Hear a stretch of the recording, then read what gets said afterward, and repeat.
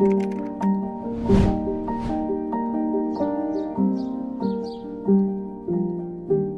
maladies rénales ont plusieurs étiologies.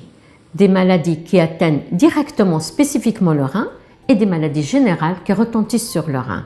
Donc, parmi les maladies spécifiques du rein, nous avons les maladies héréditaires, congénitales et les maladies rénales acquises. Donc, les maladies héréditaires, l'enfant naît avec ces maladies et ils sont héréditaires, donc transmises des parents. Et leur diagnostic se fait généralement à la naissance et on en a plusieurs qui sont, la majorité sont très sévères, telles que l'oxalose avec de nombreuses lithiases au niveau rénal, telles que la cystinose, d'autres anomalies tubulaires, etc. Les malformations congénitales. L'enfant naît avec une anomalie, malformation au niveau des reins, au niveau des uretères, au niveau de la vessie. Ces anomalies actuellement sont diagnostiquées pendant la grossesse. Donc pendant la grossesse, on doit reconnaître ces malformations urinaires et décider de leur prise en charge et prendre le nouveau-né à la naissance pour éviter la dégradation de la fonction rénale et s'observe essentiellement chez l'enfant. Troisième possibilité, c'est les maladies rénales acquises. Les maladies rénales acquises peuvent atteindre le glomérule, peuvent atteindre le tubule ou atteindre l'interstitium, c'est-à-dire le tissu qui entoure le tubule et le glomérule. Ces malformations, ces anomalies rénales sont proportionnellement fréquentes en fonction de l'âge. Ils varient. Par exemple, chez l'enfant, c'est essentiellement les maladies héréditaires et congénitales. Et chez l'adulte, c'est essentiellement les maladies rénales acquises, primitives ou secondaires, comme ce qu'on a vu, le diabète et l'hypertension artérielle.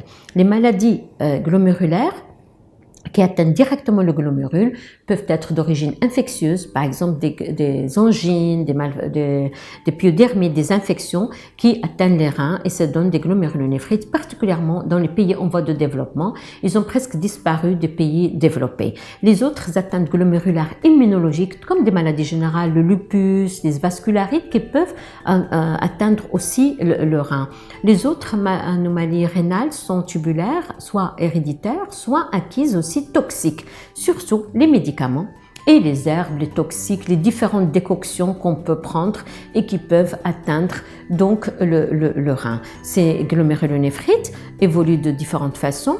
Il y a des glomérulonéphrites aigus qui peuvent guérir, revenir en arrière ou évoluer vers la chronicité et les glomérulonéphrites chroniques qui nécessitent de recourir à la biopsie rénale, donc avoir un petit bout du parenchyme rénal pour l'analyser et lui proposer le traitement qu'il faut.